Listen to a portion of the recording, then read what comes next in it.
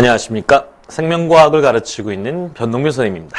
자, 오늘은 2022학년도 생명과학 예비 고3을 위한 강의 계획서 및 여러분 어머님들에게 설명회를 가볍게 설명해 드리도록 하겠습니다. 저는 여기서 수업을 하고 있습니다.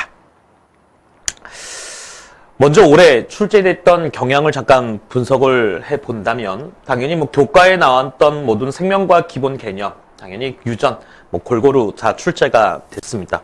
그리고 올해 개정되고 나서 처음 보는 과목이기 때문에, 처음 보는 시험이기 때문에 전반적으로 봤을 때 난이도는 작년보다는 조금 난이도가 쉽지 않았나라는 생각이 들지만 6월 평가원, 올해 봤던 9월 평가원을 봤을 때도 작년보다는 좀 쉽게 출제가 될 거야 라고 이렇게 예상을 좀 해볼 수가 있었습니다. 하지만 그럼에도 불구하고도 골고루 예년보다 조금은 낮을 수 있지만 보통 기본적으로 1등급 정도 컷은 비슷하게 유지가 되는 걸로 알고 있습니다. 아직까지는. 자, 그 다음에 방금 말씀드렸던 것처럼 전년도 출제 경향과 문항 구성도 상당히 비슷합니다.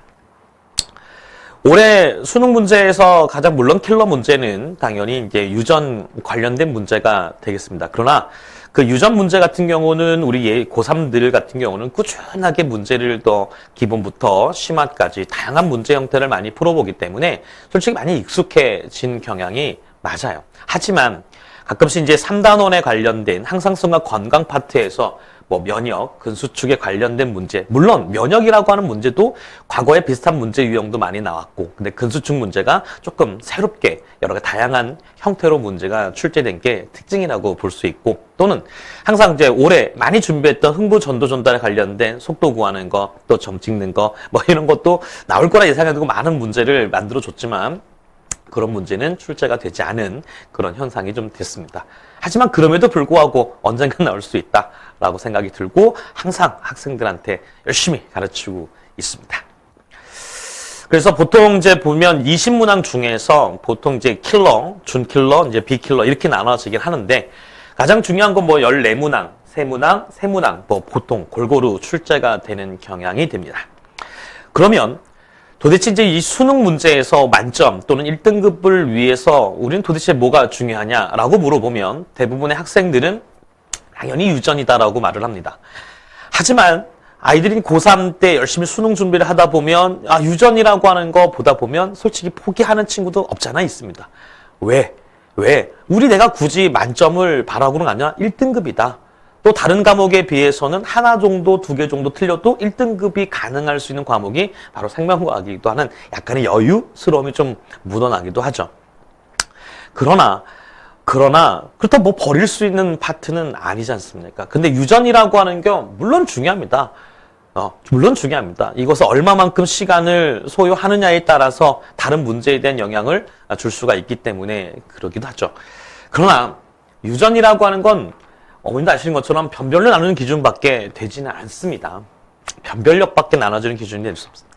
그러나 가장 중요한 건 아까 말씀드렸던 14문제, 3문제 정도의 고난도 3문제 뺀 나머지 17문제. 그 17문제의 가장 중요한 게 바로 개념과 원리가 중요한 겁니다. 결국 학생들도 많이 알겠지만 20문항 중에서 처음부터 유전 푸는 친구들은 없습니다. 마지막에 17문항을 열심히 푼 다음에 마지막 시간적으로 한 12분, 13분 정도 내에 17문항을 다 풀고 나머지 15분 동안 나머지 3문항의 유전에 올인하게 되는 거죠. 그럼 결국 관건은 뭐냐면 유전 3문제를 풀기 위한 거기까지 갈 수 있는 17문항의 거기까지 갈 수 있는 길이 너무나 험난하지가 않아야 된다는 거죠. 아주 자연스럽게 읽고 빡 이렇게 답이 나올 수 있을 정도만큼의 확실한 개념 정리가 중요한 겁니다. 그래서 아이들한테 가장 중요한 올 겨울방학에는 가장 중요한 건 유전이라고 문제도 당연히 좋은 문제도 많이 애들한테 제공도 하겠지만 가장 중심이 되는 것은 개념과 원리를 정확하게 알고 어떠한 형태의 유형이 변한다 하더라도 그런 개념만 있으면 충분하게 17문항을 한 12분 또는 넓으면 15분까지도 충분하게 풀 수 있는 그런 연습할 수 있는 바탕이 돼야 되는 게 바로 이번 겨울방학입니다. 그래서 가장 중요한 건 뭐다? 그래, 개념과 가장 중요한 거고요. 그 다음에 개념은 또 학생들이 그래. 그냥 개념이라고 하다 보면 그냥 너무 쉬운 거예요. 쉬운 거예요. 막 이렇게 얘기하는 건데 쉽다라고 하는 게 아니라 가장 중요한 겁니다. 그 기본적인 개념을 가지고 여러 가지 다양한 심한 문제가 나오기 때문에 그 바탕이 흔들려 버리게 되면 어떤 문제 유형이 나왔는지도 알 수가 없는 거죠. 그래서 가장 중요한 게 뭐다? 개념이다 라고 하는 거. 아시겠죠? 꼭 기억해야 됩니다. 그 다음에 올해 나왔던 문제, 고난도 문제 중에서 베스트 몇 개 뽑자면 당연히 유전이겠죠. 하지만 이 15번 같은 문제가 이런 문제가 나왔습니다. 보기만 해도 솔직히 답답함이 밀려오긴 하지만 이런 문제는 충분하게 예상할 수가 있었던 문제죠. 누구나 다. 왜냐하면 6월, 9월 평가원 때 비슷한 문항이었기 때문에. 그렇다면 이런 문항을 풀고 나서 우리 학생들에게 어떤 연습을 했느냐? 이런 연습을 하는 겁니다. 물론 똑같은 가계도 형태는 아니지만 이렇게 부모를 없이 조금 더 심화적인 문제를 통해서 아이들한테 이런 것도 한번 문제 풀라라고 하는 거 이렇게 연습을 많이 하는 게 중요한 겁니다. 그러면 이런 문제를 풀기 위한 게 무조건 난이도가 높은 문제만 푸는 게 중요하냐? 아닙니다.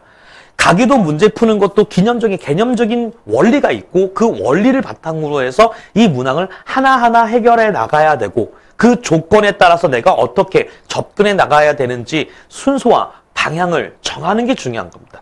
그걸 정리하는 것 또한 그것도 개념입니다.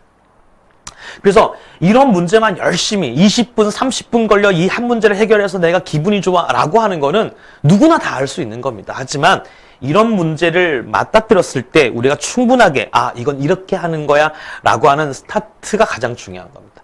그게 바로 뭐다? 그게 바로 개념이다 라고 하는 겁니다. 이 문항도 마찬가지입니다. 이 문항도 17번 문항입니다.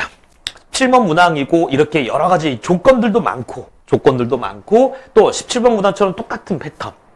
표현형도 이렇게 주어지면서 어떻게 해결할 수 있을지 확인할 수 있는 문제.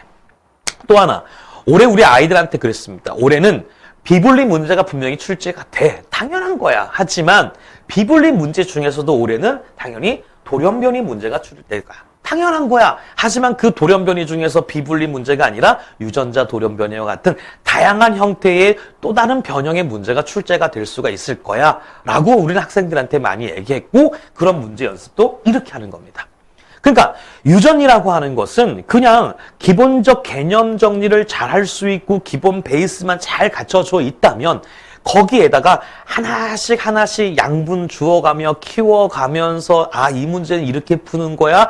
이런 해설이 있었구나 라고 하는 거를 학생들이 쉽게 이해만 할 수 있으면 충분하게 유전을 할 수 있다. 다시 말씀드리게 되면 이 문제는 한 보통 5분 정도 걸린다고 치면 그 5분 동안 그러면 나머지 시간적 세이브를 할 수 있는 아까 말씀드렸던 17문항을 어떻게 풀 수 있냐. 이게 가장 관건이다라고 보시면 되겠습니다. 아시겠죠? 됐죠? 네, 좋습니다. 그럼 수능 대비 방법은 뭐냐? 다시 말씀드리면 개념이 정말 중요한 겁니다. 근데 문제는 고등학교 2학년 때도 분명히 생명과학 1을 배웠고 고3 때도 생명과학 1을 배울 것이고 그러면 2년 동안 배웠는데 그럼 다시 개념을 배우냐? 맞습니다. 고등학교 2학년 때 공부한 것은 개념은 전체적인 생명과학에서 중간, 기말처럼 챕터가 나눠져 있습니다. 그래서 학교 선생님께서 출제할 수 있는 내용들이 약간 제한되어 있습니다. 그러나 수능이라고 하는 것은 전범위에 걸쳐서 전범위의 내용을 20문항으로 압축해야 되는 거라. 그러면 다른 하나와 같이 연계해서 하나의 또 다른 문제를 형성하게 되는 바로 통합적 사고력의 문제가 가장 중요한 겁니다. 그래서 수능평가원에서도 말씀하시기를 절대 시험 문제에서는 단순적 암기는 절대 출제하지 않는다. 또 하나, 절대 아이들을 위해서 통합적 사고력을 위하는 그런 문제를 출제하겠다. 그러면 단순 암기도 안 된다. 그럼 통합적 사고력을 요구한다. 그럼 우리는 도대체 어떻게 공부해야 되냐라고 물어볼 때 가장 단순한 건 단순 암기 아니야. 통합적 사고력 맞아. 그러면 이걸 합치면 그렇죠. 통합적 암기를 해야 되는 거죠. 그러면 통합적 암기라고 하는 게 뭐냐? 통으로 암기하는 게 아니라 1단원과 4단원, 2단원과 3단원, 3단원과 4단원 이렇게 단원과 단원을 연계하고 하나의 단어의 키워드가 나오면 그 키워드에 관련된 내가 앞으로 어떻게 할 수 있는 배경 지식들을 싹 정리할 수 있는 스펙트럼에 다양할 수 있는 거. 근데 이렇게 공부하는 게 바로 수능 공부입니다. 단지 EBS 관련 1강, 2강, 3강, 4강처럼 나누어져 있어서 1강은 완벽해, 2강은 완벽해, 3강 힘들어 이렇게 하는 것이 아니라 물론 그렇게 공부하면서 나중에는 다시 묶어서 통합적으로 다시 정리하는 게 중요하겠지만 지금 고3 학생들은 2학년 때 내신 공부했던 그 기본 바탕을 가지고 고3이라고 하는 예비 고3 겨울방학 때 들어섰을 때는 그 고등학교 2학년 때 배웠던 하나하나의 단원과 단원들을 묶어서 통합적 사고력을 키울 수 있는 그런 개념 정리, 그런 개념 정리가 바로 이번 겨울방학 때 준비가 되어 있어야 됩니다. 그래서 개념을 꼼꼼하게 정리하고 이해하자라고 얘기를 해드리는 거고, 또 하나 그런 문제를 통해서 다시 한번 어떠니 그전에는 기본 학습 이런 문제가 아니라 우리는 고3 수능을 접하는 거기 때문에 당연히 수능 문제에서 어떻게 출제가 됐을까라고 하는 유형을 분석하고 그 문제의 유형을 눈에 익숙해져야 됩니다. 그 익숙해질 수 있는 그 시간이 바로 겨울방학 때입니다. 따라서 겨울방학 때는 개념도 꼼꼼히 하면서 수능 평가원 문제, 학력 평가원 문제를 꼼꼼하게 다져서 문제 유형을 분석하는 것도 정말 중요한 겁니다. 겨울방학 때 당연히 EBS는 좀 나중에 나오겠지만 2월 이후에 나오겠지만 그렇다면 결국 그전에는 수능 평가원 가지고 먼저 한번 문제 유형을 한 다음에 수능 특강, 수능 완성 이런 문제를 보게 되면 이 문제는 수능 기출문제에서 변형이 됐구나, 이거는 또 새로운데 라고 하는 거를 너희들이 쉽게 알 수 있다면 정말 공부 잘하는 겁니다. 거기까지 만들 수 있는 게 바로 저의 역할인 것 같습니다. 그리고 또 하나 다양한 문제풀이가 중요합니다. 네, 맞습니다. 가장 중요한 건 컨텐츠. 우리 학생들한테 얼마만큼 좋은 문항을 줄 수 있고 이 학생이 이걸 부족하니까 얼마만큼 뭐를 채워줄 수 있을까라고 하는 다양한 문제.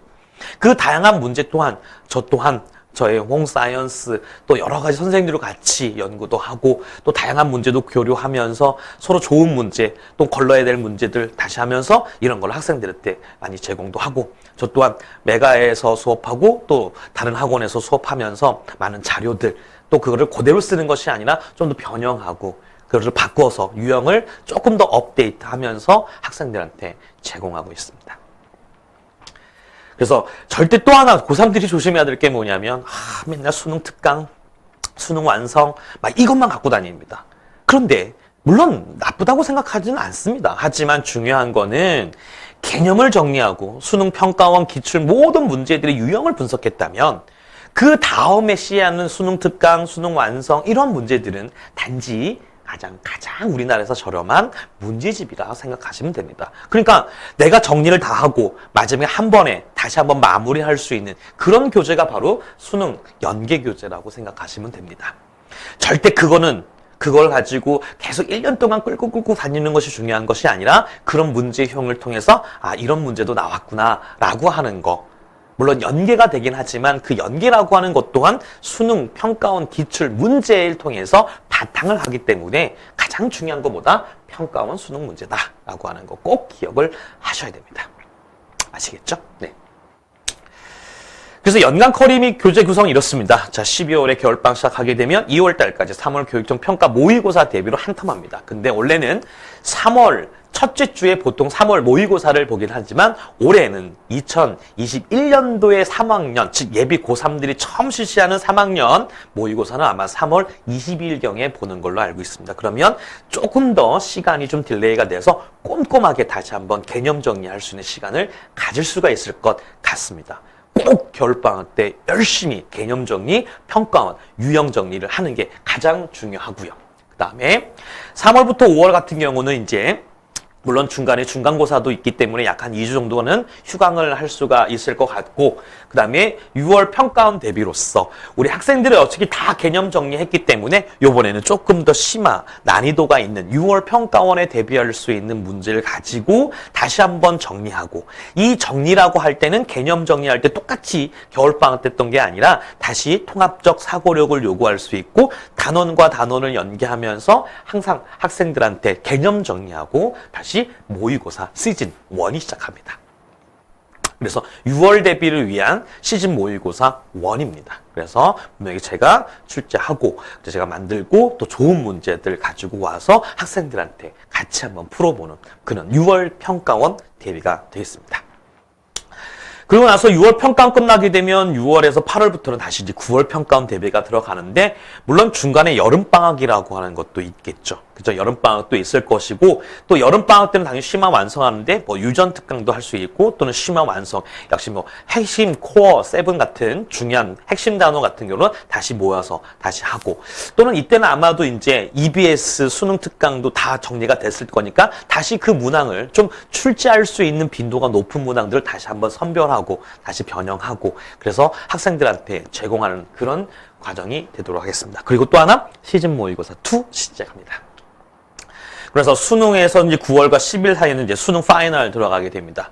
수능 파이널 할 때에도 당연히 그냥 문제만 푸는 문제풀이가 아니라 다시 한번 개념 정리하고 6월 평가원과 9월 평가원 때 숙제했던 내용을 기반으로 해서 요번에는 이런 유형의 형태가 출제가 될 가능성이 높다라고 전반적인 유형의 분석을 하면서 또 아이들이 가장 어려워하는 개념 정리를 다시 한번 OX 가지고 하고, 또 전체적인 수능 특강과 수능 완성에 관련된 문항들을 좀 잘 모아서 한 다지선다형을 가지고 문제를 만들어서 학생들과 수업을 진행하며 다시 또 시즌 모의고사 다시 시작을 하게 됩니다. 물론 실전 모의고사 형태 같은 경우는 모의고사에서 제가 출제했던 모의고사를 가지고 좀 보기 제고하고 다시 또 좋은 문제들을 다시 보기 넣어주면서 다시 정리하는 시간을 갖는 게 바로 수능 파이널이라고 보시면 되겠습니다. 자, 이렇게 해서 연간거리가 하나, 둘, 셋, 4개 텀입니다. 그래서 꼭 제가 말씀드리고 싶은 거는 꼭 제 강의를 안 들어도, 제 강의를 듣지 않아도 어쨌든 간에 고3이라면 1년 동안 꼭 이때 할 거야 라고 하지 말고 겨울방학 때부터 수능 보는 그날까지 꾸준하게 생명과학을 진행하는 게 그게 가장 중요한 겁니다. 일주일에 3시간 또는 5시간 아니면 6시간만큼이라도 할애할 수 있는 시간적 여유가 있어야 되는 게 가장 중요한 겁니다. 절대 꼼꼼하게 다양한 문제 꼭 풀어고 1년 동안 꼭 꾸준하게 연습하는 게 중요한 겁니다. 학습 관리라고 하는 건 당연히 출결 갈게 할 거고요. 그죠? 매주 테스트 당연히 보겠죠. 그죠? 밴드 가입. 그래서 이제 밴드 가입한다는 거는 이제 한 클래스가 되게 되면 밴드에 가입하고 학생들의 모르는 질문도 받고, 개인톡이라고 하는 건 열 수도 있는데 그건 좀 생각을 해보도록 하겠습니다. 그래서 밴드 가입을 통해서 모르는 거 질문 사진 찍어서 올려주면서 질문 대답도 해주고, 또 그날 강의했던 거는 그 동영상 촬영을 바로 진행합니다. 그래서 모든 학원에 똑같이 합니다. 다른 학원에서 찍었던 영상을 그대로 올려주지 않습니다. 그냥 그 학원에서 찍었던 영상을 그대로 올려줍니다. 알겠죠? 그래서 그 영상을 밴드 동영상 바로 인코딩해서 바로 올려드립니다. 그래서 복습할 수 있도록 영상을 자료 제공하도록 합니다. 그리고 이게 성적표가 나오게 되면 성적표는 이렇게 나갑니다. 이렇게 이건 학생들한테 나가고 내가 도대체 어디가 틀렸고 어디 분포가 되어 있는지 확인할 수 있고, 그 다음에 그 문제를 보게 되면 테스트 보게 되면 틀린 문항에 대해서 그 틀린 문항에 대해서 오답 문항을 제공하게 됩니다. 다시 한번 봐라. 다시 한번 보고 네가 왜 틀렸는지 다음에는 실수하지 않도록 할 수 있는 거 성적표, 오답 정리 이렇게 정리해 됩니다.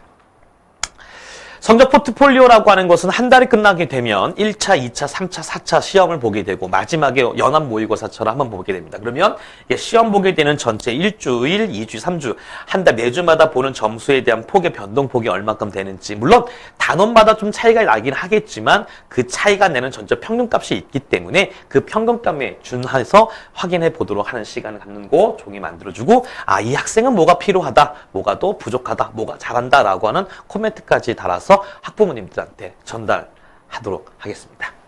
이렇게 이제 성적 포트폴리오 만들어 드리도록 하고요. 그 다음에 마지막으로 어머니께 하는 건 뭐니 해도 생명과학은 당연히 개념이 중요합니다. 그래서 그 개념을 확실하게 준비하는 게 중요합니다. 이 겨울방학 절대 놓치면 안 됩니다. 물론 제 수업 들으면 좋죠. 하지만 듣지 않아도 어디든 간에 무조건 생명과학은 꼭 들어야 됩니다. 꼭 들어야 됩니다. 아시겠죠? 꼭 들어야 됩니다. 그 다음에 꾸준히 중요하다. 아까 말씀드렸던 것처럼 6월 평가원 끝나면 그때부터 하겠지. 난 수학을 열심히 했으니까 그때부터 하는 게 아니라 겨울방학 때부터 꾸준하게 진행하는 것이 가장 중요합니다. 끝까지 하는 게 중요한 겁니다. 그 다음에 스킬 너무 의존한. 물론 유전에 관련된 거 여러 가지 문제 푸는 거에 스킬, 야, 이 문제는 이렇게 하는 거야 라고 하는 스킬도 물론 아니요. 너무 외울 게 많습니다. 하지만 그 스킬이라고 하는 건 물론 알려주기도 하지만 중요한 건 그 스킬에 너무 의존하면 안 됩니다. 그 스킬이라고 하는 거는 모든 거의 법칙이 다 만족할 수 있는 것은 아니기 때문에 가장 중요한 건 개념을 정리하고 그 개념 속에서 뭔가가 스킬이 있다 없다라고 하는 거를 확인할 수 있는 거. 이게 중요한 겁니다. 아시겠죠? 그래서 스킬 너무 의존하지 말자. 아시겠죠? 예. 그 다음에 꼭 학생들한테 얘기해주고 싶고 어머님들한테 또는 학부모님들한테 말씀드리고 싶은 건 약속을 지키자라고 합니다.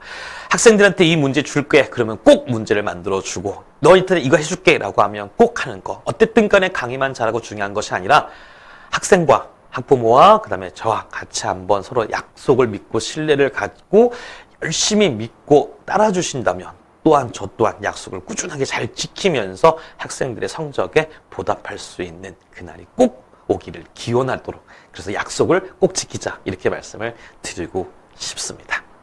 네. 그래서 이제 마지막으로 어머니께 말씀드리고 싶은 거는 이번 겨울방학 예비 고3 정말 중요합니다. 예비 고3들은 가장 중요한 건 개념 정리 다시 한번 하고 아무리 내가 공부를 잘한다 하더라도 개념 정리 다시 한번 하고 개념 정리 다시 한번 하고 다시 한번 하고 그래서 꾸준하게 어떤 외력에도 굴하지 않고 결국 흔들리지 않는 그런 점수대가 형성될 수 있도록 최선을 다하도록 하겠습니다. 그러면 이렇게 생명과학 설명회 한 다음에 마치도록 하겠습니다. 감사합니다.